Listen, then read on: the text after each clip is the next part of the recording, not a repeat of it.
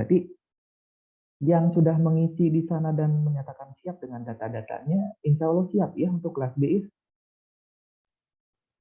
Insya Allah, Pak. Ya Pak, insya Allah. Alhamdulillah. Alhamdulillah kalau siap. Nah, jadi nanti tinggal diinformasikan oleh saya kapan harus datang ke kampus. Asik kok, Ferdinand. Saya kenal Ferdinand juga kan di kampus nih yang punyanya ruang Himatekom gitu. Hebat loh Ferdinand, salut ya. Dia bisa lobby dan seterusnya sampai ke apa bagian sarpras. Bagus-bagus Ferdinand, patut jadi contoh. Kemudian Ferdinand juga saya dengar sampai itu kemarin baru sampai Cibiru kah untuk Jajaka dan Mojangnya. Ya, betul, Pak. Alhamdulillah. Hebat, berarti itu berkelanjutan nggak? Kalau seandainya saya ingin melanjutkan, bisa, Pak. Cuman saya belum tahu. Oke, berarti bisa aja sampai, ada nggak tapi kalau misalnya sampai UPI-nya? Ada, Pak. Putra-putri Bumi Siliwangi kalau Ya, bagus-bagus Ferdinand. Kalau misalnya ada bukti, entah itu bentuk sertifikat dan seterusnya, mungkin nanti bisa diserahkan ke Pak Taufik. Nah, ini teh nanti akan menjadi apa ya? Walaupun Cibiru artinya nanti masuknya lokal. Walaupun lokal, tapi masuk ke bagian poin akreditasi, namanya prestasi non akademik. Boleh-boleh aja. Gitu. Alhamdulillah berarti ada Ferdinand. Mudah-mudahan yang lain juga, walaupun nggak Mojang Jajaka, ada prestasi non akademik lainnya. Atau prestasi akademik kan bisa lomba dan seterusnya. Nah kemudian juga mumpung kita ketemu, nanti akan saya insight termasuk angkatan 2021 untuk PKM ya, yang udah dekat itu. Kemarin itu kan pengalaman Salman tuh bisa diambil, mudah-mudahan Salman nanti bisa bantu untuk insight wawasannya sehingga tahun depan bisa masuk. Salman sudah bisa merasakan didanain oleh Dikti. Kita memang tidak ada tahun ini, tidak ada yang jadi juara kalau nggak salah, tapi nggak masalah, tetap terus dilakukan karena ini menjadi poin ya, menjadi poin bagi mahasiswa pasti karena kalau IPK-nya besar, IPK-nya besar saja atau gede itu kan udah biasa. Tapi kalau misalnya IPK kalian pas-pasan, dalam arti ini pas-pasan tuh 3,3 deh, 3,2. Saya bilang itu pas-pasan karena banyak sekali yang dapat 35 ke atas. Nah, 3, sekian itu tolak 3. Tapi dibarengin prestasi di kampus. Ini beda ininya nilainya. Tapi biasanya berbanding lurus.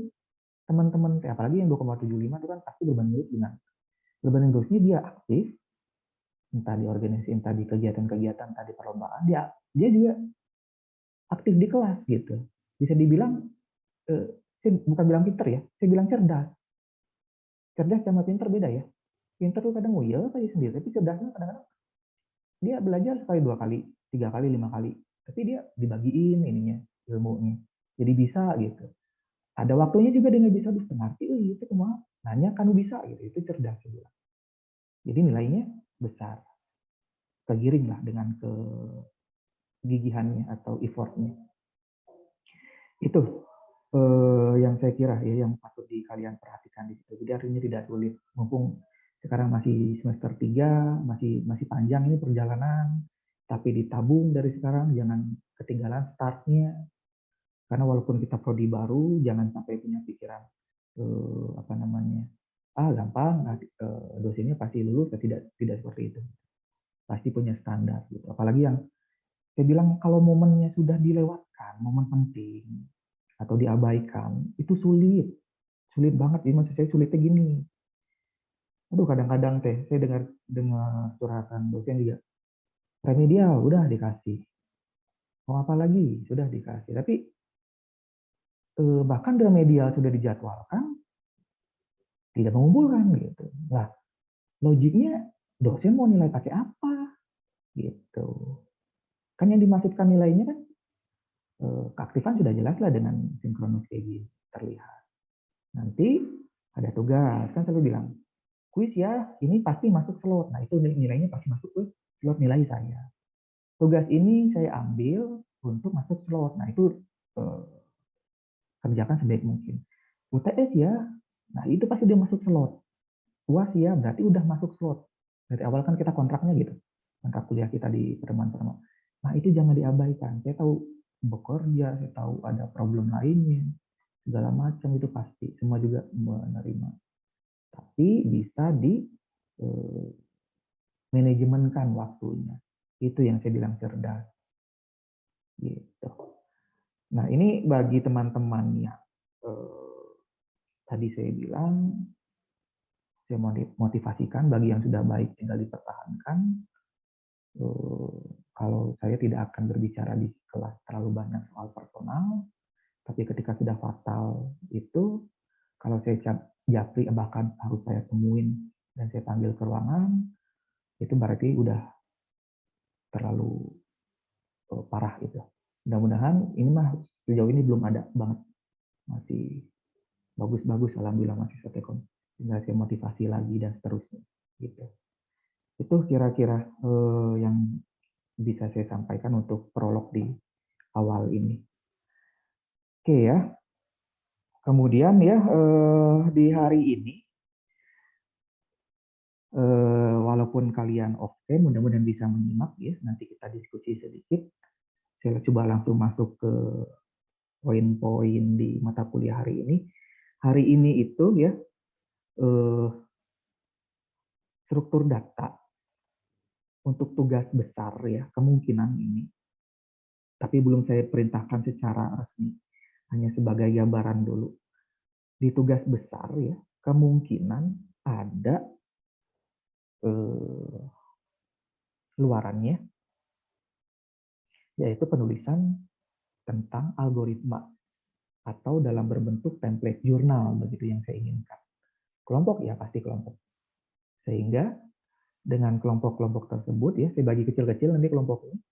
Ketika tulisannya bagus, nanti saya sama Pak itu akan ngasih contoh jurnal-jurnalnya bagus, kemudian bisa dipresentasikan dengan baik, akan saya tindak lanjuti setelah perkuliahan selesai. Artinya bisa dimasukkan ke dalam artikel atau jurnal ilmiah kalau misalnya masuk. Untuk tugas kalian hanya menyelesaikan sampai kasus tersebut, pasti dengan bimbingan kita. Gitu kira-kira. Nah, poinnya adalah atau keuntungannya adalah yang bisa diambil ketika misalnya kalian terpilih dan seterusnya, itu bisa tetap nama kalian masih terbawa di sana. Nah, itu bisa menjadi nilai yang baik untuk CV kalian, jelas. Untuk prodi menambah juga. Jadi sebetulnya kalian tuh punya potensi untuk menulis karya ilmiah begitu. Kalau saya lihat sih dari hasil proposal dan seterusnya, bahasa-bahasanya sudah bagus di situ. Cuman harus dipoles-poles dikit lah. Sembari melatih sebelum skripsi. Kira-kira gitu. Nah, dengan hal tersebut, saya sudah canangkan, tapi tidak tahu apakah dosen-dosen di mata kuliah semester 3 udah bisa canangkan seperti itu atau belum, atau ada tugas-tugas yang bermanfaat. Jadi artinya tugas-tugasnya tidak hanya sekedar dikasih, tidak dikoreksi, tidak dibahas, nah itu mubazir bagi saya. Makanya saya lakukan hal seperti itu. Gitu kira-kira. Nah itu bisa saya convert ke nilai UAS. Gitu. Nantinya. Artinya walaupun saya belum bilang apa instruksi sebenarnya, kalian sudah bisa mencari secara individu, oh jurnal tuh kayak gini, oh cara penulisannya gini, bagi yang belum tahu, begitu kira-kira. Mudah-mudahan termotivasi untuk saya. Mata kuliah struktur data. Gitu. Oke, kita coba masuk ke materi hari ini ya. Nah, materi hari ini itu struktur data itu berkaitan dengan queue atau antrian. Ini queue bukan QQ99 judi togel atau judi online, tapi antrian mirip dengan tag atau tumpukan. Gitu. Nah, ini pasti terkait juga dengan algoritma, udah jelas. Mudah-mudahan nanti saya coba untuk praktekkan di sini. Artinya cukup mohon perhatiannya saja dan kalau menyimak kita diskusi bareng. Saya jelaskan dulu ya. Di antrian ini ya, yang disebut dengan antrian ini, dari bahasanya juga sudah jelas antrian. Struktur data ya, atau penambahan elemennya melalui konseptualnya seperti antrian. Jadi bisa dibilang antrian ini mengusung konsep FIFO. Kalau kemarin kan LIFO, last in, first out.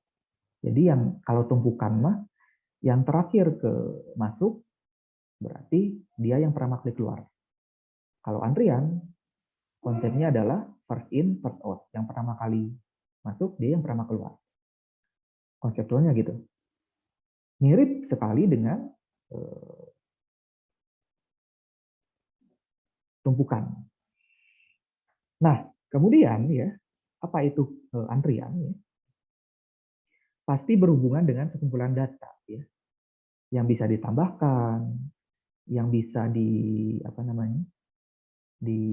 delete, yang bisa di destroy atau dihilangkan semua dan seterusnya. Tapi konsep antrian yang tadi saya bilang kalau dia punya indeks pertama, berarti dia akan masuk ke indeks pertama. Gitu kira-kira. Kemudian antrian ini ya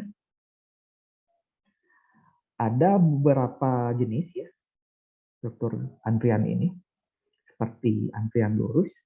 Ini yang paling mudah yang kita pelajari. Kemudian ada juga antrian melingkar sampai antrian dengan ujung ganda begitu. Cuman yang kita pelajari mungkin kalau keburu ini ada 2 pertemuan sekarang dan 10 itu tetap membahas antrian di RPS-nya. Kalau misalnya sampai melingkar akan kita coba, tapi kalau tidak sampai minimal kita belajar di linear queue atau antrian lurus gitu. Ya. Nah, kemudian buat apa sih biasanya antrian itu? Ini udah jelas nama juga antrian. Di mana sih di Indonesia yang ada antrian? Saya kira nggak ada. Karena budaya Indonesia ini bukan budaya ngantri ya. Kalau ada budaya ngantri itu berarti suka ada pagernya. Kalau ada pagernya biasanya di bank, di Indomaret itu jarang sekali. Kalau nggak di supermarket besar itu ada. Ya. Tapi kalau antrian di ATM itu pasti. Tapi antrian ini kalau di negara-negara luar itu sampai nunggu bus juga ada pola antrian. Kalau di kita mah tidak ada. Nunggu bus itu tidak menjadi pola. Algoritmanya beda mungkin ya. Algoritmanya algoritma random gitu. Siapa yang cepat dia yang masuk ke bus atau kereta api. Tapi kalau misalnya di luar budayanya betul-betul dilakukan algoritmanya antrian. Gitu. Nah, jelas ya banyak sekali fungsinya, salah satunya di rumah sakit, ATM, untuk kehidupan nyata. Tapi biasanya dalam komputer ya, antrian itu bisa dijabarkan untuk penggunaan memori atau inputan memori yang digunakan. Itu bisa antrian. Nah, kemudian selain dari itu juga bisa juga untuk client server ya. Implementasi ini sebentar ya.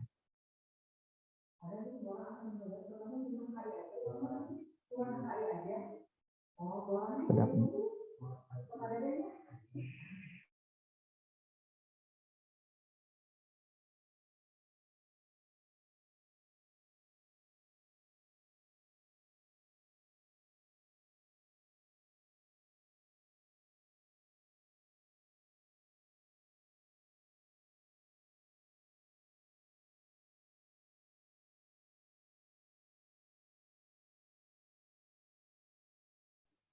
Oke, maaf, saya lanjutkan lagi.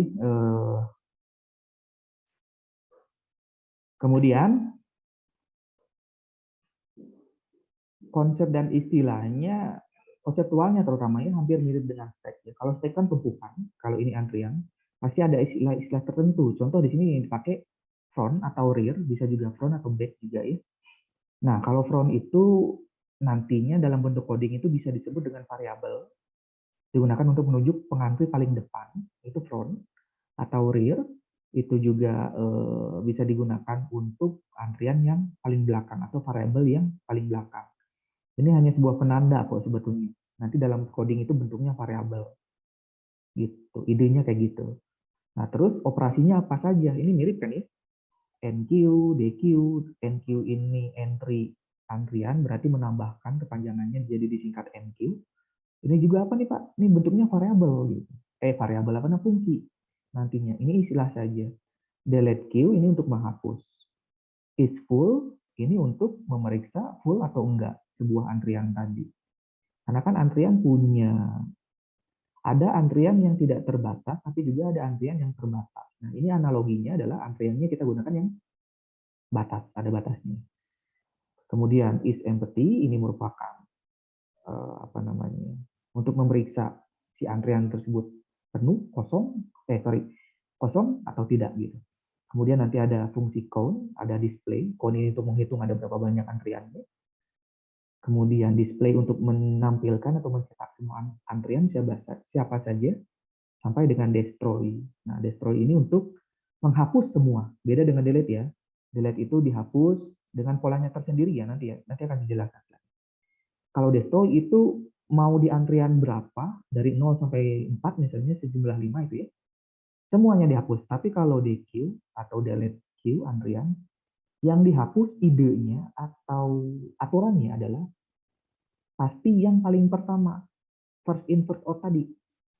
Itu urutan paling pertama pasti itu yang dihapus. Tidak mungkin yang dihapus di urutan keempat, kelima, ketiga, enggak. Tapi DQ ini akan menghapus di urutan yang paling pertama. Kira-kira gitu. Kalau misalnya yang stack, ya, atau tumpukan yang dihapus yang paling bawah tumpukan. Itu idenya. Nah, kemudian bentuknya kayak gimana? Ini analoginya sederhana saja. Nanti jangan bingung ya, bisa horizontal, bisa vertikal. Misalnya sebelah kiri ABC ini adalah data sampai E. Nah, kemudian ini adalah sebuah space, sebuah ruang ya. Nih, saya pengen diskusi sedikit deh. Pertanyaan saya nih, kita kan menggunakan, jangan saya sebutkan dulu. Nah, ini space ini yang kotak warna biru. Ini dalam coding kira-kira nanti bentuknya apa? Ada yang tidak bisa menganalisa kah? Array, Pak. Iya, betul sekali. Reja Hanafi. Nanti ini bentuknya array, variable array. Oke. Saya kasih contoh, misalnya dia yang paling depan itu kanan. Nanti akan saya bikinnya yang paling depan itu atas. Nah, dia depan masuk. Kemudian dia B, dia masuk juga. Ya, nanti dia akan dihitung. Oh, variabel depan akan mencirikan bahwa yang paling depan itu A nantinya. Gitu. Kemudian dia akan kalau depan dia tidak akan bertambah, tapi kalau belakang dia akan bertambah dan berkurang. Karena kalau sekarang yang paling belakang itu B, tapi kalau nambah data lagi dia berpindah belakangnya jadi C datanya. Gitu kira-kira. Nah, ketika saya delete, dia pasti yang A dulu, apapun bentuknya, apapun datanya. Kemudian ketika saya delete, dia akan bergeser. B-nya ke posisi 0, sebut saja ini 0 ya, ini 0, 1, 2, 3, 4 gitu, indeksnya. Gitu kira-kira. Di sini 0 misalnya, 1, 2, 3, 4 gitu. Nah, kemudian gitu ya. Jadi B-nya akan bergeser, C-nya juga akan bergeser, berpindah, sehingga sekarang yang menjadi indeks 0 itu adalah datanya B. Sementara A-nya udah dibuang, udah di-delete. Gitu. Kemudian, nanti yang kita pelajari tidak keseluruhan untuk saat ini, delete tidak ya. Kalau kita lihat operasinya, kita hanya sampai NQ, ya. NQ is full, is empty, sampai display. Hari ini akan kita pelajari. Ya. Sisanya di pertemuan selanjutnya. Nah, dari sini, kemudian ini insert, ya, ini jelas fungsinya untuk menambahkan. Terus menginputkan juga ya. Kemudian untuk delete, ini yang delete untuk mendelete yang paling depan urutan karena konsep first in first out. Apa lagi? Nah, ini is empty sama is full ini penggunaannya akan mengecek tadi yang kotak biru apakah dia atau space tadi sudah kosong atau full gitu kira-kira. Nah, ini contohnya nih, analoginya. Ini nanti yang coba kita coding ya. Banyak cara ya, banyak cara itu dalam artian tadi Rizal Hanafi sudah bilang pakai apa, kata CT pakai array, bisa sekali. Sekarang kita belajarnya pakai array, tapi bisa nggak pakai array list? Bisa juga. Nah, di sini saya punya misalnya space tadi ya, indeks ke 0, indeks ke 1, indeks ke 2, ke 3, ke 4. Kemudian nanti saya punya variabel idenya. Karena kita batasinnya di sini. Berapa jumlahnya? 5. 5 tuh space-nya ada 5. Front-nya ini variabel juga untuk mendeteksi di posisi 1 itu berapa. Kita nolkan dulu gitu. Back-nya juga 0. Back juga sebuah variabel nantinya. Kemudian berarti kan di sini udah jelas, udah kelihatan. Oh, berarti kurang lebih ada 4 variabel yang digunakan. 1 variabel array, 3 variabel biasa, integer gitu. Kemudian di sini setelah kita bikin nanti konseptualnya, misalnya saya masukin Rudy, berarti front-nya 1, back-nya juga 1 isinya. Artinya ini posisinya. Tapi kalau misalnya udah saya masukin sebanyak 5, back-nya atau belakangnya, variabel belakang ini akan plus-plus. Tambah 1, tambah 1, tambah 1 terus. Sampai berapa? Sampai 5 kali. Makanya dia akan berpindah ke paling belakang. Siapa sih paling belakang? Si Wawan.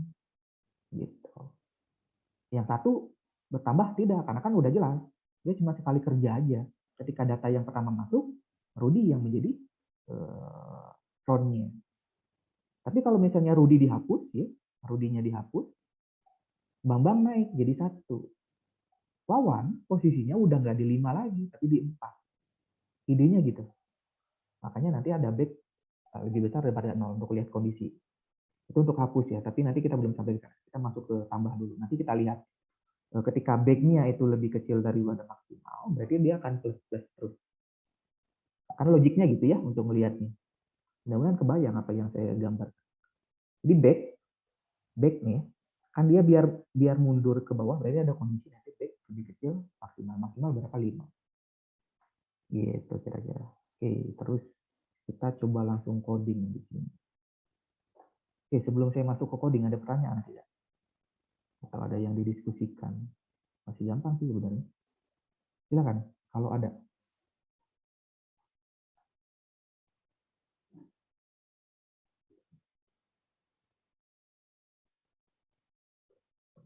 Tidak ada, masih bisa dipahami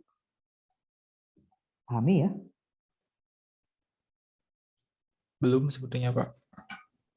Yang mana bagian yang ada yang belum? Atau mau langsung ke coding aja kita? Dengan konseptual yang sudah saya jelaskan? Iya, Pak, boleh. Oke. Oke, dari konsep tadi untuk antrian ya. Nah, untuk antrian ini seperti biasa saya coba include ya IOStream.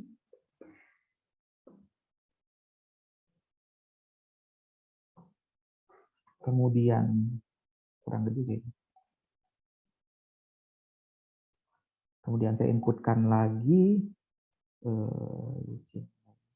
space std gitu ya. Nah, sekarang kita coba membuatnya itu yang pertama yaitu variabelnya. Kan tadi di sini ya.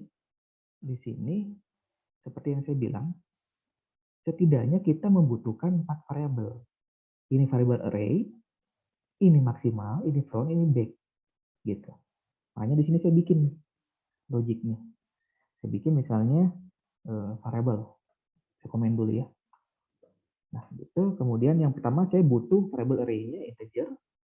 Kemudian, sorry, bukan array, apa namanya? Maksimal. Maksimal array. Ini karena kita batasi ya. Kita isi 5 gitu. Kita kasih koma, front. Ini depan, kita kasih 0. Perintahnya gitu. Kemudian back. Kita ganti, kita isi jadi 0. Nah, ini yang tadi ya. Nah, ini ilustrasinya nih kayak gini nih. Tadi yang saya bilang, saya masuk ke Pine.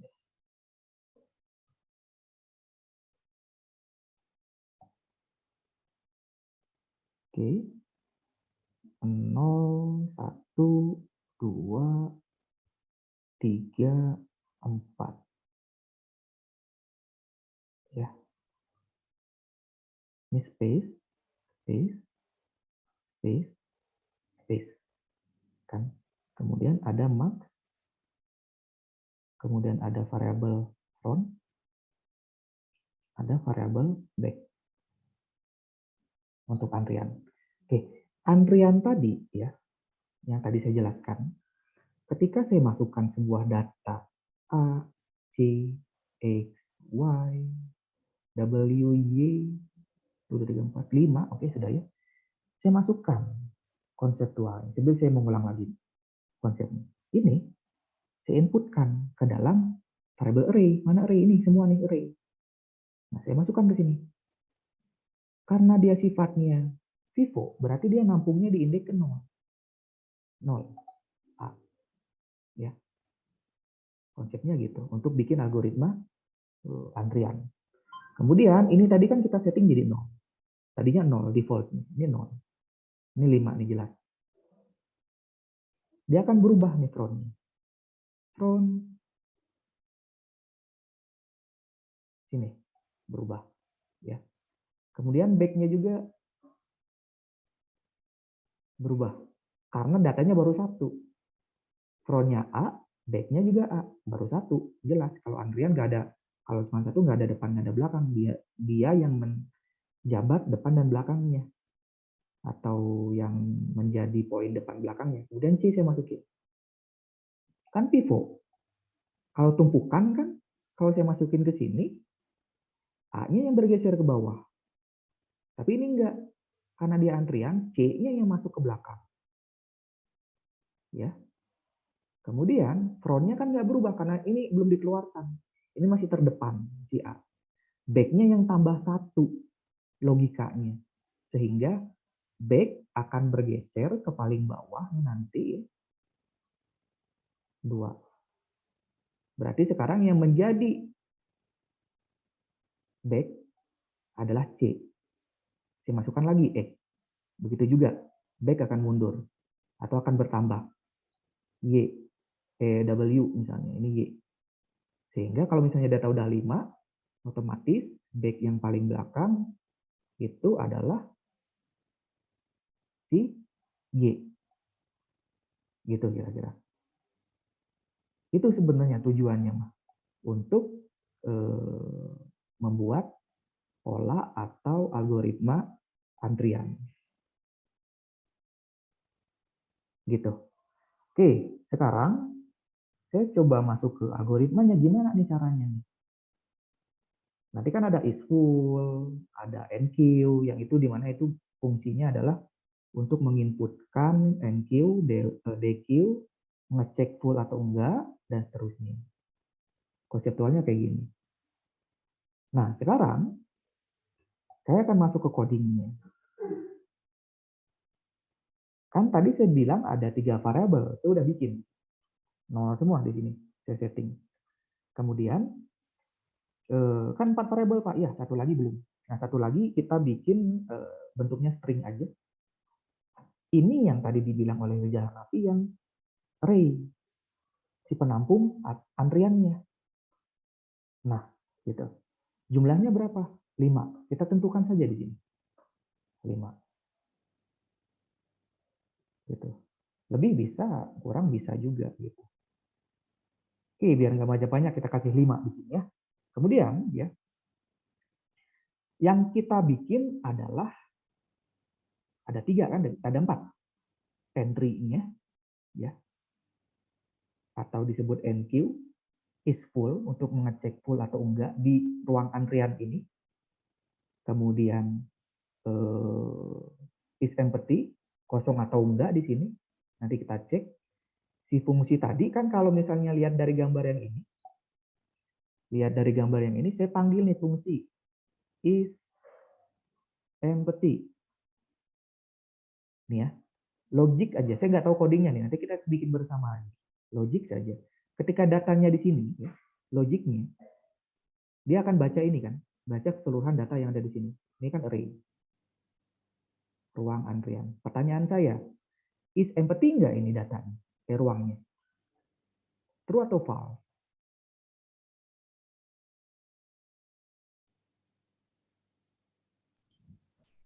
False, Pak. False. False. Kenapa false? Simple sih jawabannya, tapi pengen tahu aja. Kenapa false? Betul, udah betul false. Karena Karena itu datanya ada di ya, dalam itunya. di dalam array-nya. Betul, karena datanya ada, berarti false. Sekarang untuk data sebanyak 5 ini, kan saya bilang 5. Saya tanyakan lagi, is full nggak datanya? True atau false? True, Pak. True. Karena full, udah 5. Saya coret ini. Ya. Saya coret ini. Jawabannya apa di sini? Ini saya hapus deh. Jangan Y deh. Jangan Y. A-nya saya keluarin nih. A-nya saya keluarin. Jadinya C-nya naik nih nanti. X-nya naik. W-nya naik. Y-nya naik. Dia jadi kosong. Jadi kosong. Ini C. Nah, saya coret deh. Ini X. Ini W. Ini Y. Ini kosong. Ini jadi apa? Is empty-nya. True, Pak. Banyak True. false. True atau false? True atau True, false? Pak. True. True, Ya? Pak. Oke. Kemudian is full-nya False. false. False. Karena nggak full. Konsepnya gitu. Gitu. Nah, sekarang dari sini, ini kan nanti akan kita bentuk sebuah fungsi untuk menginput. Namanya MQ. Kue-kue. Nah, ini juga jadi fungsi. Void. Ini juga jadi fungsi. Bukan void, kita untuk mengembalikan nilai itu fungsi aja. Fungsi, ini F ya. Fungsi, ini F juga fungsi. Ini juga fungsi, ini void. Gitu. Logiknya. Ini belum sama delete. Udah aja sampai sini. Nanti di sini ya, ketika berapapun datanya, sebut saja ini datanya baru C, X, Y, Y. Ada juga nanti fungsinya. Fungsi tadi yang saya bilang, display. Harusnya kalian tahu di sini. Display untuk menampilkan ini kira-kira saya pakai algoritma apa? Untuk menampilkan keseluruhannya. Pakai for, Pak. Iya sekali, looping. Tuh, udah masuk kan logikanya. Pakai for, looping terus-menerus. Sampai sesuai dengan yang ada data di dalamnya. Gitu. Ini konseptualnya. Mudah-mudahan sedikit-sedikit paham. Nah, sekarang tinggal diinterpretasikan kemana? Ke coding. Baik yang Q, baik yang is empty, dan is full. Gitu. Berarti kita melihat dulu nih ya. Kita lihat dulu yang kosong deh. Kita mulai dari S empty dulu. Biar kita bikin, ini belum kita bikin ya, NQ. Kita bikin ini dulu, fungsinya, kita bikin ini dulu, is full. Karena ini paling gampang. Nanti biar bisa sekalian ngecek. Nah, sekarang kita balik lagi ke coding. Di sini udah kita siapkan 3, 4 sama ruang antriannya atau space-nya. Kemudian kita bikin is full-nya. Is full. Fungsinya. Karena mengembalikan nilai ya, kok Pak bisa nentuin mengembalikan nilai dan tidak? Sebetulnya tinggal logik saja. Kenapa saya bikin mengembalikan nilai? Karena kan yang dikembalikan cuma true dan false. Dia cuma ngecek doang. Jadi ya sudah, kalau cuma ngecek doang, saya pakai yang mengembalikan nilai gitu. Karena saya butuh ketika kelas mainnya manggil, misalnya kelas main itu si bos, manggil si karyawannya. Saya nggak mau tahu algoritmanya kayak apa, yang penting karyawannya tinggal bilang false atau true, dia bilang gitu. Gitu kira-kira. Makanya ini is full, sebuah fungsi yang saya analogikan sebagai karyawan tadi, dia akan mengembalikan nilai. Gitu. Saya bilang gitu. Karena harus butuh jawaban. Ketika saya perintahkan kelas mainnya, jawabannya apa gitu. Ada juga yang tidak mengembalikan nilai. Artinya bosnya tak peduli. Bosnya itu cuma bilang, saya suruh kamu kerjakan ini ya. Ya Pak, siap. nggak butuh dilaporkan gitu. Tapi kalau ini harus dikembalikan nilai atau dilaporkan. Logika sederhananya gitu. Makanya saya panggil menggunakan fungsi yang mengembalikan nilai. Nah, di sini saya kasih apa namanya? True dan false kan boolean. Ini bukan dijeda ya bacanya. Boolean, lengkapin saja bacanya. Karena ya begini di bahasa C++. Kalau kalian orang Sunda jangan dipisah bacanya. Sehingga bool ini atau boolean ini saya bikin sebuah variable is full. Ingat ya, fungsi, sorry, bukan variable. Nah, variable ini, fungsi ini is full, ini bebas namanya, tidak melulu harus sama. Bisa f-nya kecil, bisa kalian cuman cek penuh, bisa nggak? Bisa aja pakai cek penuh. Bisa. Ini bisa aja, cuman saya kasih namanya is full aja. Nah, kemudian untuk mengecek full atau tidak, ya, saya tidak akan ngoding langsung. Ngeceknya kan gini, logiknya. Back ya. Ini kan back-nya kan bergeser terus ya. Geser. Kalau back-nya nambah, berarti ada data yang nambah. Ya. Kita ini sekarang lagi ngecek full atau tidak. Nah, sekarang logiknya gimana nih untuk memanfaatkan atau mengecek full atau tidak dari back? Ini kan kalau back-nya 0, pasti nggak full. Gitu. Berarti kan ada kondisi nih. Kalau back-nya 5, jumlahnya pasti full. Ya, kan logiknya di situ. Karena back-nya bertambah nantinya. Ketika setiap nambahin back plus 1. C masuk, back plus 1. X masuk, back plus 1. Sampai seterusnya sampai Y masuk plus 1. Pertanyaan saya, ada kondisi di sini. If, dalam kurung, buka tutup, else, buka tutup. Apa kondisi di dalamnya? Kalau saya Pak, ngebandingin nilai back sama max array. Oke, bandingin nilai back dengan max array. Saya bikin begini. Jika, betul sekali, back-nya, berapapun isi back-nya, ketika dia bandingin sama dengannya berarti, saya kasih gitu deh. Karena kalau dia udah sama jumlahnya dengan max array, nah gini, artinya dia full kan? Betul tidak? Betul. Betul. Kalau saya bikin gini, saya bikin begini, harusnya kalian bisa logik nih. Apa yang terjadi?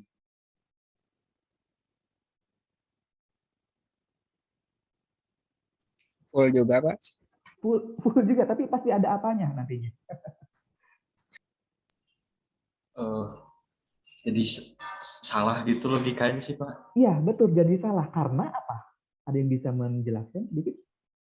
Kan kita mau nyari nilai maksimalnya nih, kalau Iya. nilai back-nya dikasih kondisinya lebih besar dari maksimal oleh array-nya, ya jadi kayak gitu Pak. Iya. Berarti karena kita kapasitasnya ada 5, back-nya tidak mungkin lebih dari 5 kan ya? Betul tidak? Ya. Iya, betul analoginya. Karena pasti akan error. Kan back-nya itu nggak mungkin lebih besar dari 5 gitu. Walaupun tidak akan melebihi sebetulnya nantinya. Makanya daripada kita pusing-pusing pakai ini, tapi secara tadi dibilang sama siapa? Rizal Hanafi, pasti akan logikanya salah, walaupun tidak terjadi error. Makanya saya bikin ya udah pasti tidak akan lebih dari 5. Nah, kemudian return-nya tinggal gini doang. Return kalau misalnya true ya tinggal kita true berarti. Siapa yang menjadi true-nya? Si is full-nya. Ya, bernilai true gitu. Kalau tidak ya kebalikan berarti else. Sorry, ya betul else. Bukan else, kita false. Nah, gini. Selesai untuk is full. Sekarang ini yang empty. Sama aja. Is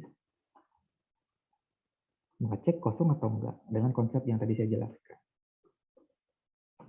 Boolean is empty, mengembalikan nilai juga.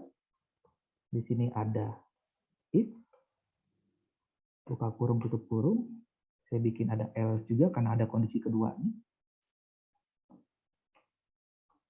Nah, harusnya tahu nih apa kondisinya, logikanya. Untuk yang is empty. Ngecek kosong. Tetap gunakan back, kita mah. Pak, izin menjawab. Tapi mohon maaf kalau salah, Pak. Ya, nggak apa-apa. Belajar. Back sama dengan 0, Pak. Iya, betul sekali. Kalau back-nya sama dengan 0, datanya pasti kosong. Berarti di sini return, kita balikin true.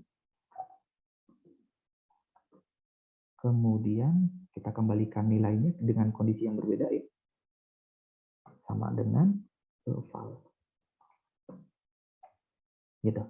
Selesai dua fungsi. Dari fungsi yang kita jabarkan ini, selesai sudah. Tinggal fungsi untuk saat ini ya.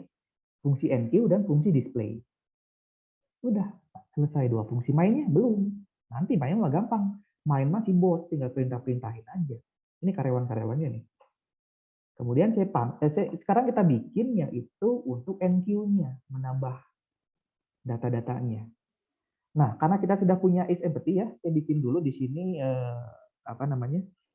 void. Saya gunakan void. Tadi saya bilang ya, karena bukan void di sini namanya menambah data and quick. Nah, saya pakai void namanya enqueue saja, bebas ya. Ini bisa apa aja. Nah, saya bikin kayak gini. Sudah. Isinya gimana? Gini melihatnya. Karena kita sudah bikin kondisi atau ada fungsi pengecekan kosong atau full ya. Kan sebenarnya dia bisa aja nambah terus kayak gitu ya. Tapi kalau secara coding ketika dia nambah di luar kapasitas array, di sini array-nya ada 5 kita deklarasikan. Tapi kalau data ke-6 dia akan muncul error. Kan gitu. Pasti error.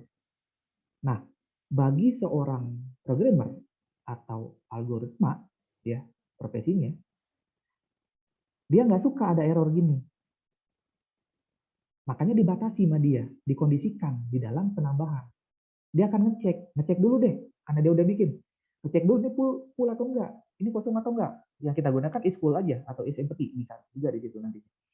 Nah, di sini nanti kita lihat kalau misalnya full muncul tulisan bukan error. Error ini muncul tulisan dari programnya, tapi tulisan data full misalnya. Itu lebih baik terlihat di mata user ketimbang muncul error. Gitu. Error itu kan bahasa komputer yang mengartikan atau membahasakan kepada programmer, bukan untuk user. Sementara si programmer ini membuat sebuah algoritma untuk user. Makanya harus kita bikin kondisi. Gitu. Nah, berarti sebelum kita tambahkan, kita cek ada kondisi di sini. Cek dulu. Kita bikin gini. Is full. Sama dengan true enggak? Bisa kayak gini ya. Kalau misalnya dia true, pasti di sininya tidak penuh gitu ya. Kalau misalnya dia kosong, berarti false. Untuk saat ini kita gunakan yang true gitu. Kita cek dulu ini full nggak nih datanya. Bisa bentuknya kayak gini kondisinya atau saya bikin gini. Ini sama aja. Sama aja dengan true nilainya. Ya. Kalau saya kosongin kayak gini atau saya panggil cuma gini doang, ini sama dengan aja dengan true. Penuh tidak? Nah, dia akan ngecek. Jika penuh, ya, saya akan isi di sini. Cout, misalnya adalah antrian penuh. Gitu. Line. Oke. Cukup aja itu. Tapi kalau nggak saya kasih begini, dia akan munculnya error. Walaupun itu menjadi indikator bahasa komputer ke programmer. Nah, sekarang ada else pasti. Else-nya, bentar ya, kita lewatin aja dulu di saya.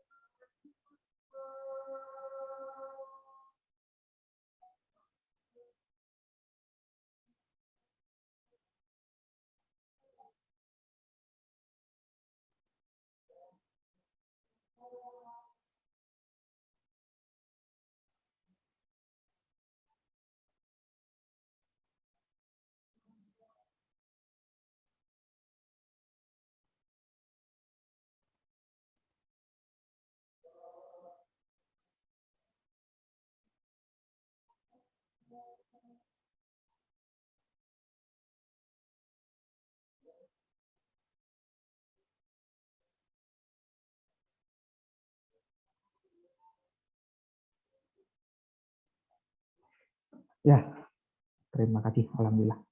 Nah, kemudian kita coba, ini kalau tadi untuk mengecek full ya, antrian penuh. Sekarang, dari sini ya, berarti kan ini void. Void itu bisa kita tambahkan parameter. Di mana nanti diperintahkan data apa yang diinputkan, berarti data string yang akan ditampung di dalam data, yang nantinya akan dimasukin di sini. Cuman, di sini harus saya cek lagi. Kosong enggak, dia bilang gitu. Walaupun di sini sudah dicek, karena ada kondisi lagi di sini, saya kasih untuk ngeceknya is empty. Kosong atau tidak datanya. Nah, kemudian kalau misalnya kosong kayak gimana? Kalau tidak kosong, seperti apa? Gitu. Ini mudah-mudahan nggak bingung ya. Mudah-mudahan nggak bingung. Kenapa saya nggak taruh di sini kira-kira? Oh, itu kan bisa else if empty. Atau langsung aja masukin. Beda loh dengan if di sini, dengan if yang saya taruh di setelah else. Itu beda sekali. Ada yang bisa analisa?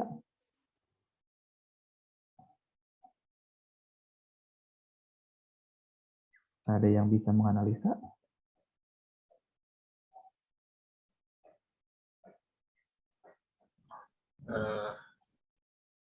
Kalau saya mikirnya kayak gini Pak, kalau if-nya dijadiin else if ya. Nah, kalau dia kan kalau kondisi pertamanya nggak kepenuhi pindah ke kondisi 2. Iya. Nah, seterusnya begitu. Nah, kalau yang Bapak tulis ini, Ya. ketika kondisi pertamanya nggak terpenuhi, dia pindah ke kondisi kedua. Nah, di kondisi kedua dia melakukan logika lagi lebih dalam gitu. Oke, tepat sekali ya. Jadi saya tuh punya else kedua gitu. Artinya kalau misalnya saya jabarkan di sini bisa saja, tapi saya tidak akan bisa mengeluarkan kalau dia tulisannya penuh. Gitu, karena tidak terbaca. Nah, makanya di sini yang saya lakukan adalah if-nya saya pasang di dalam else aja, nggak bareng sama else. Sehingga tadi yang dibilang Rijal Hanafi, saya bisa menuliskan di sini. Kalau kosong berarti ada perintah di sini apa nantinya gitu kosongnya. Nah, yang di sini kalau dia is empty benar kosong ya. Nah, makanya di sini akan dimasukkan nilainya berarti ruang good sekali ya Rijal, thank you. Antrian ya. Variabel array-nya kita panggil ya. Keberapa yang akan kita inputkan ke 0. Kemudian akan kita isi apa? Akan kita isi data. Gitu. Ya. Akan kita isi data. Kemudian front-nya kita plus, kemudian back-nya kita plus juga. Else-nya gimana? Else-nya tinggal kita tambahin. Kalau misalnya dia tidak kosong ya, atau full, berarti nanti kita tambahinnya gini, ruang antrian ya. Ruang antrian, kemudian kita panggil back. Kemudian ini sama dengan data. Nah, terus setelah ini berarti back-nya kita kasih, dia kan bergerak, berarti plus. Udah kayak gini, dia masuk bergerak terus ya. Ini belum sama ini ya, belum sama apa namanya, delete ya. Kita masih pakai yang enqueue. Oke ya. Ruang dia masuk ke 0 dimasukin ke data. Data ini dapat dari sini. Ini nanti akan dapat dari integer main. Dikirim masuk empty 0 0. Oke. Kemudian plus. Ini plus ya, ini plus. Roundnya. Kemudian ini juga naik. Kemudian back. Ruang ganti back diisi dengan data. Oke. Nah, kemudian selanjutnya kita tinggal bikin display. Saya coba display ya. Di sini displaynya saya gunakan void display. Ini ada parameter tapi kita kosongkan saja. Ini untuk ngeprint ya. Kemudian kita bikin gini lagi. Display juga kan sebenarnya harus dikasih kondisi. Yang sudah kita gunakan ini kita copy, kita paste, tapi di sini yang berbeda nih. Di kondisi yang ini. Nah, di sini ya untuk ngeceknya, yang tadi dijawab oleh teman kalian, kita gunakan for ya.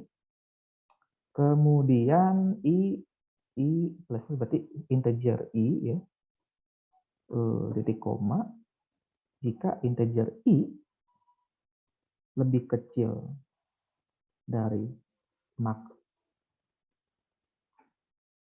bukan max array, berarti apa ya namanya?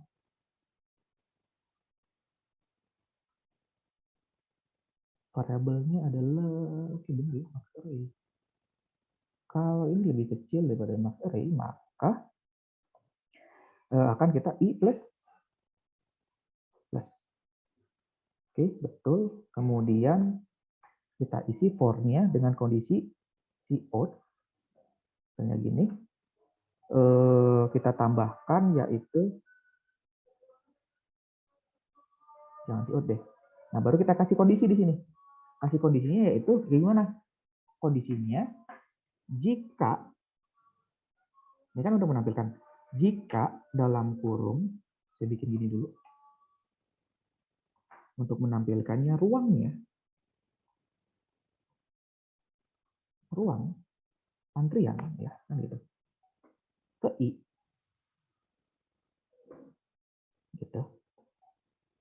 Tidak sama dengan, jadi tidak kosong nih, sama dengan gini ya. Karena saya pengen nampilin data kosong sih sebenarnya, Mak. Ini teh fungsinya. Jadi nanti ada tulisan, dia ngecek dulu. Dia ngecek dulu biar hasilnya gini nih. Biar hasilnya saya gambarin deh sedikit di sini. Biar nanti hasilnya nampilnya itu gini. 1 A 2 C 3 datanya kosong nih. Kosong gitu. Pengen saya teh 4 kosong dan seterusnya. Gitu. Berarti kan jika ruang antrian ke I ya, tidak sama dengan kosong dalam bahasa string kan cukup pakai kutip 2 ya. Jangan dipisah. Kalau ini tetap ada walaupun spasi nilainya. Gitu. Makanya di sini akan saya isi CO gini I plus 1. Kenapa saya plus 1? Karena dia mulai dari 0, kan urut numbernya mulainya dari 1. Walaupun indeksnya mulai dari 0. Makanya saya plus 1.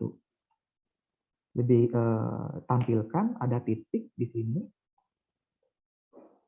Saya pengen kasih titik, kemudian tampilkan ruang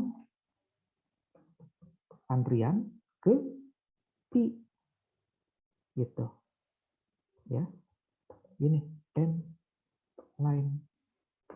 Nah biar ada spasi nanti gini berarti, nah kasih spasi nanti 1 titik A atau 1 titik Budi misal namanya, keinginan saya 2 titik Budi 2 titik kosong. Nah kosongnya ada di mana? else-nya biar kelihatan gitu ya, cout gini I plus 1 tetap gitu ya. Saya kasih lagi di sini titik spasi ini. Oh nggak usah, langsung aja di sini berarti. Ini kita kasih kosong. Nah baru end line. Oke selesai. Ya selesai. Nanti biar ada enter di bawahnya agak panjang nanti enternya. Bisa saya bikin gini. Pakai enter gini. Nah, nggak perlu pakai, biar 2 kali berarti kita gunakan endline lagi juga. Nah, gitu. Selesai deh untuk display dan enqueue. Ya. Kemudian saya masukkan ke integer main-nya. Gitu. Berarti integer main ya, tinggal kita perintahkan. Nah, perintahnya gimana? Ini kan si bos ya. Perintahnya tinggal kita panggil enqueue. Enqueue. Dimasukkan datanya misalnya Budi. Titik koma. Display. Kita tampilkan. Coba ya, mudah-mudahan berhasil. Kita jalankan. Ada error apa nih? Oh, titik koma. Terus kita jalankan lagi. Kosong. Oke, masih ada error nih. Di mana ke errornya? Enqueue, masukin Budi. Oke. Kita masukin ke sini datanya. Is full. Dia koreksi di sini ya. Betul, kosong. Cout, antrian penuh. Kemudian dia masuk lagi ke sini, is empty. Oke ya, ruang antrian ke 0 diisi dengan data. Betul. Front-nya plus plus, back-nya plus plus. Kalau tidak, ruang antriannya back sama dengan data, back-nya plus plus. Display is full. Oke. Betul ya, dia cek dulu. Oh salah di sini yang salah. Harusnya, sorry bukan gini. Ini harusnya is empty bukan is full. Nah di sini antrian kosong harusnya. Sorry. Biar di sini ada cout, ada data lagi, makanya saya tambahkan data antrian isinya apa gitu. And line di koma ya selesai. Coba kita jalankan lagi. Nah masih kosong juga. Bagian mana ini yang kosongnya? Kita lihat is empty, it dicek. Cout. Antrian kosong. Jika tidak, for integer I. Ini belum dimulai dari 0. Itu kan kesalahan-kesalahan yang fundamental. Oke, muncul ya. Budi, kosong, karena cuma 1 data. Kita coba 2 data. Kita tambahin deh di sini, biar sekali display dia. Kita pakai gini aja, biar ada bedanya. Gini, nama keduanya Ani. Kita cek. Budi, Ani, 000. Gitu. Kita cek, kita fullkan. Gini, 5, oke. Inu, Andi, Abdi. Kita tampilkan dulu. Datanya ada 5, kita masukkan ke inputan yang terakhir dengan nama Bayu. Kita tampilkan, harusnya muncul data antrian penuh tuh. Antrian penuh. Budi, Ani, Inu, Andi, Abdi. Yang nggak masuk si Bayu. Karena dia mendeteksi bahwa sudah penuh. Gitu kira-kira. Udah ya, berhasil ya. Silakan. Jika ada pertanyaan dari simak coding ya. Atau coding antrian. Nggak? Paham nggak nih kalian nih? Mudah-mudahan paham ya. Silakan.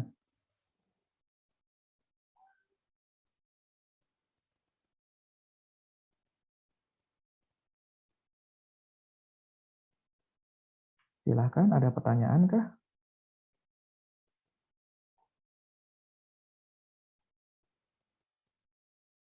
Izin bertanya, Pak. Ya, silakan Sultan. Itu datanya harus bikin yang kayak Bapak turun ke bawah atau bisa pakai koma juga, Pak? Yang ke Bisa. samping jadinya. Betul, bisa sekali pakai koma. Kalau pakai koma, mainnya cuma di sini doang. Di sini nggak saya kasih inline. Berarti gini. Harusnya mah gini ya. Ini nggak kasih inline. Nah, coba kita gini ya. Tuh. 1 Budi, 203 04 050. Berarti di sini biar bagus ada komanya juga. Gini berarti. Koma. Nah. 1 Budi 2030 untuk yang display pertama. Perintah kedua 1 Budi 2 Ani dan seterusnya sampai Abdi di mana antriannya sudah penuh. Ini contoh kasus yang penuh tadi. Gitu. Itu antrian. Ini masih belum ini ya, masih belum masuk ke apa sih namanya? Delete ya. Nah, nanti kalau di delete berarti Budi duluan apapun perintah. Bukan apapun perintahnya. Apapun datanya yang di delete dalam aturan antrian pasti yang nomor 1. Ini Budi delete, Ani jadi nomor 1. Inu jadi nomor 2. Andi jadi nomor 3. Abdi jadi nomor 4. 5-nya kosong. Gitu. Tapi itu nanti di minggu depan. Silakan. Ada lagi pertanyaan. Itu kira-kira Sultan Isanul. Baik, Pak. Terima kasih. Ada lagi?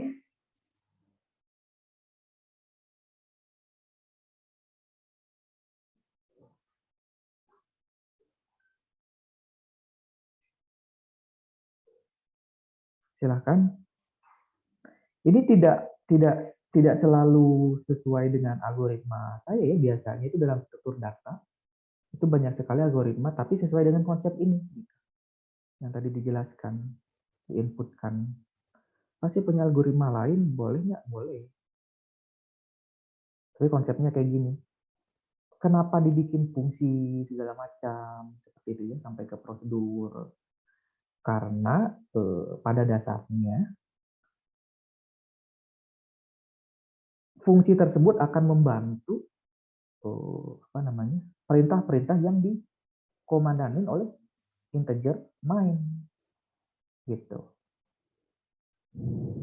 Kalau GUI-nya kan gampang sebetulnya. GUI ini nanti ada bentuk GUI deh kayak tombol-tombol yang saya tunjukkan. Dia klik running misalnya atau klik simpan. Dia pasti masuk kelas utama. Kelas utama akan ngoper ke fungsi enqueue. Enqueue akan masuk ke sini ke atas. Diolah datanya oleh dia. Dimasukin ke dalam data, ke dalam variabel array. Seterusnya Sehingga tinggal ditampilkan oleh display, di mana perintahnya ada di sini. Gitu kira-kira. Ada lagi pertanyaan? Ini mudah-mudahan dicoba oleh kalian di rumah. Saya coba tidak akan memasukkan coding ini. Ya. Tapi sekali lagi, saya pakai kata mohon untuk dicoba. Jadi kalian punya data atau punya coding di laptop atau PC-nya masing-masing. Gitu. Silakan, ada lagi?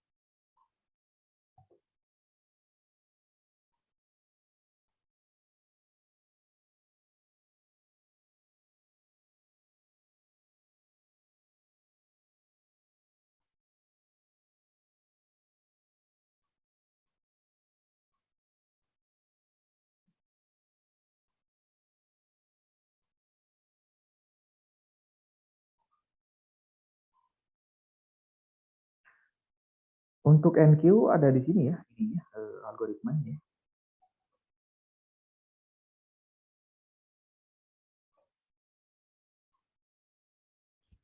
Pak, nanti terkait codingan ini ada di spot, Pak. Ya, tidak saya inputkan, Salman. Nanti biar kalian bikin masing-masing dengan yang sudah ada. Yang saya inputkan kemungkinan video kelas kita. Nanti biar kalian berulang-ulang melihat materi, nanti bisa dilihat. Gitu. Ataupun kalau sekarang kalian di depan laptop dan mau mencoba, boleh. Saya akan scroll pelan-pelan.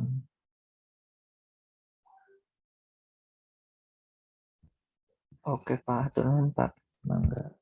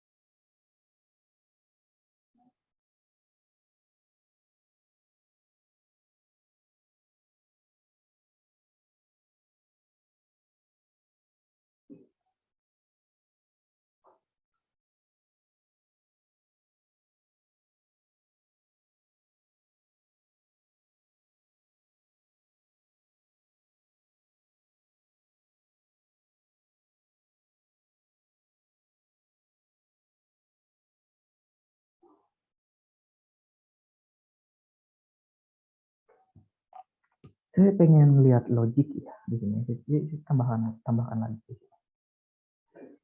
Mudah-mudahan ada yang bisa jawab. Ya, karena ini poin utamanya. Kalau is full dan itu masih gampang. Tadi saya punya data ya, gini. Kosong. 2, 3, 4, 5. Ini kosong. Integer main memerintahkan NQ-nya masukkan nama Budi. Gitu. Pertanyaan saya yang pertama adalah, ini dibaca atau tidak?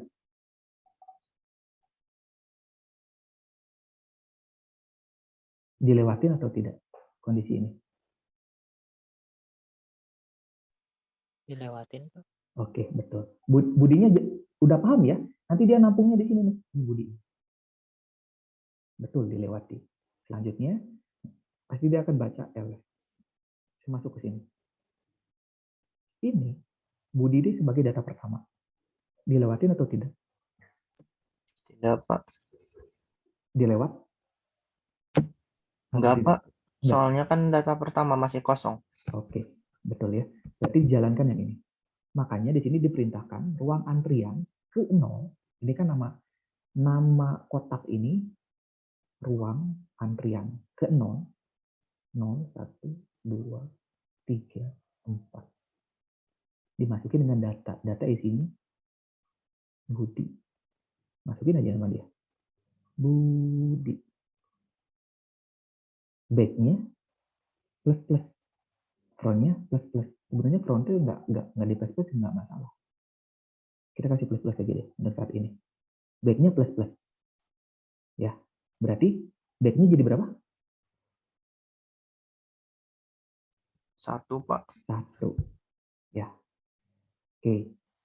Nama kedua Ani.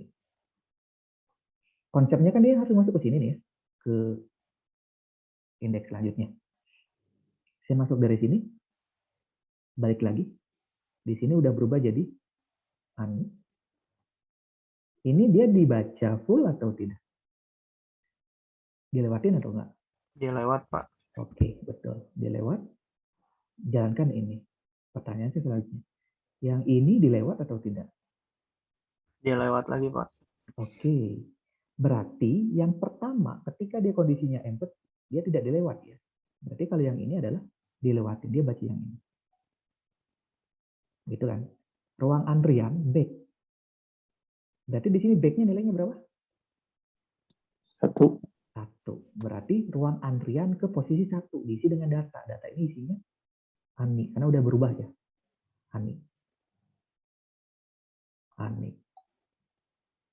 Data selanjutnya, pertanyaan saya, pakai polanya si Budi atau polanya si Ani?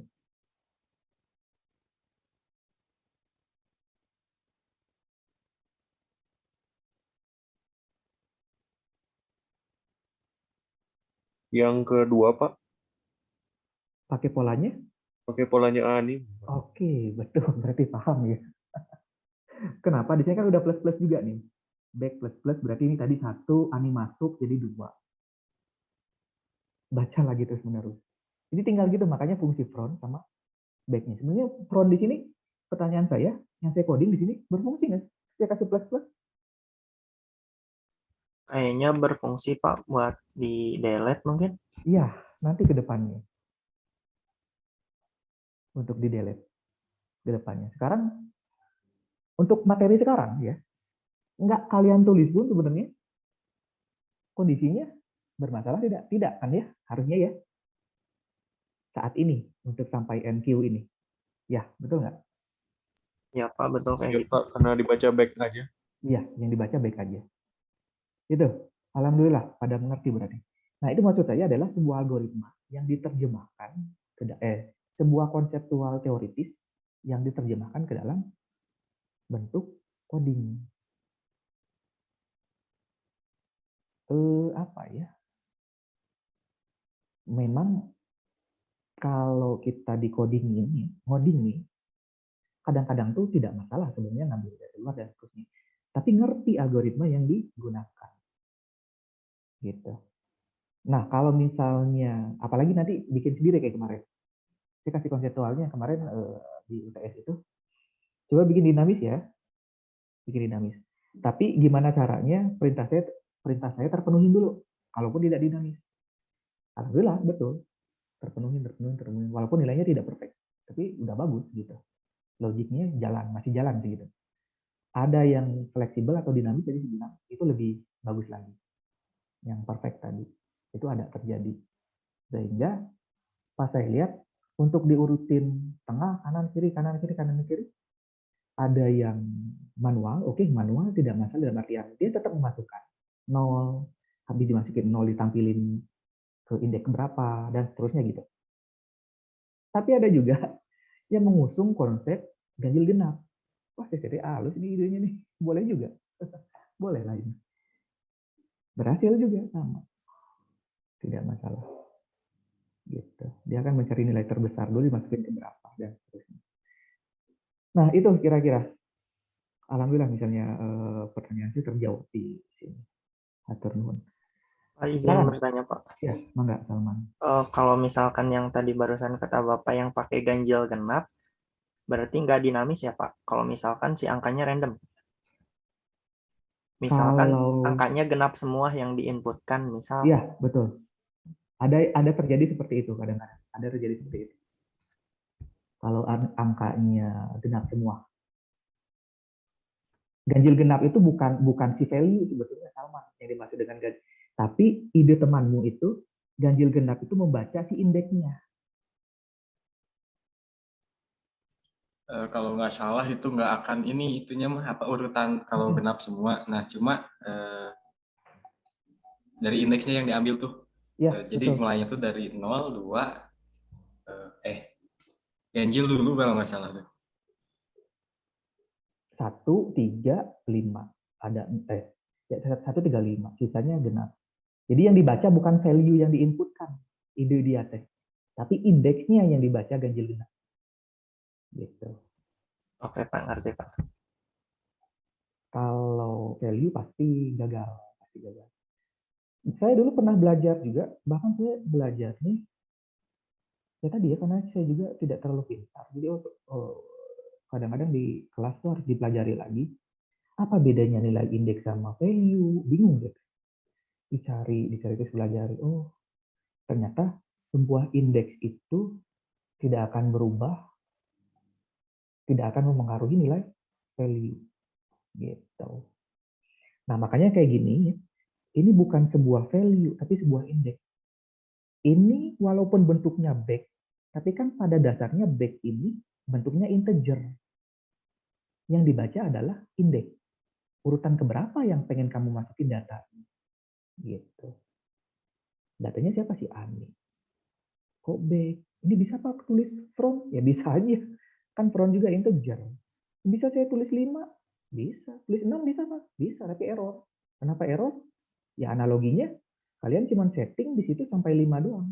Tidak ada space untuk 6. Gitu. Itu kira-kira untuk algoritma yang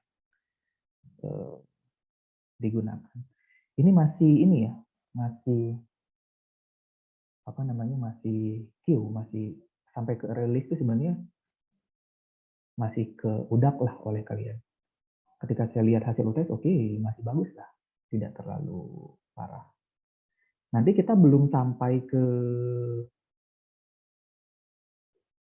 graph ya, itu graph lebih ini lagi, pohon biner, dan terus nanti akan sampai ke sana untuk struktur data ini. Itu kira-kira. Enggak, sekali lagi, ada lagi sebelum kita tutup.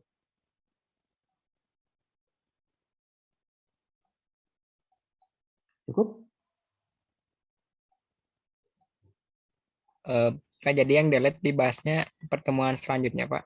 Iya, betul. Di pertemuan selanjutnya untuk delete. Tapi kalau misalnya dari coding yang saya tampilkan nih, Rizky Nuriman nyimak dari awal dan ngoding nih, pengen nambahin delete mah konsepnya sama. Konsepnya adalah gimana caranya, balik lagi ke gambarnya, gimana caranya kalau delete, DQ dia delete-nya yang pertama, tapi yang lain geser ke atas. Gitu. Itu doang sih. Ngegeser. Coba Baik, aja Pak. dulu sendiri. Gitu. Oke. Kalau cukup, tidak ada pertanyaan lagi.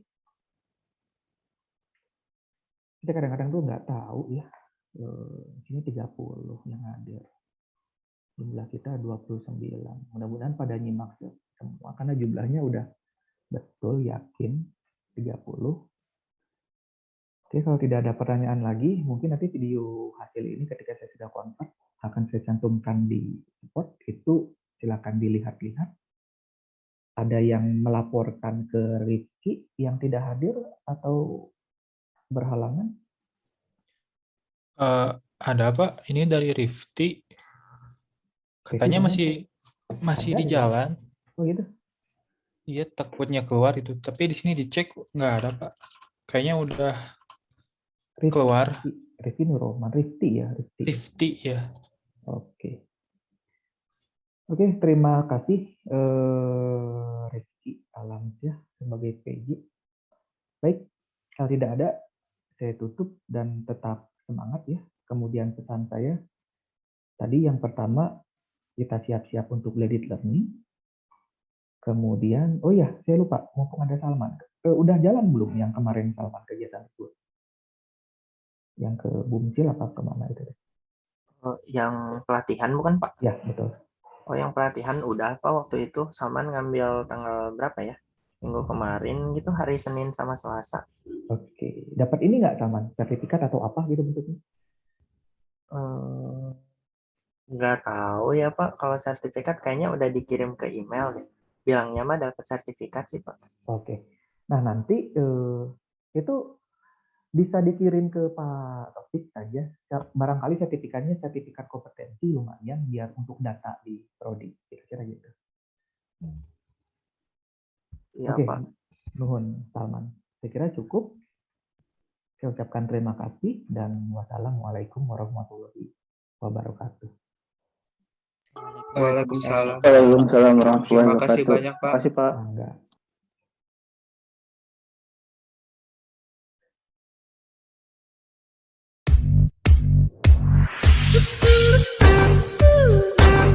Ooh.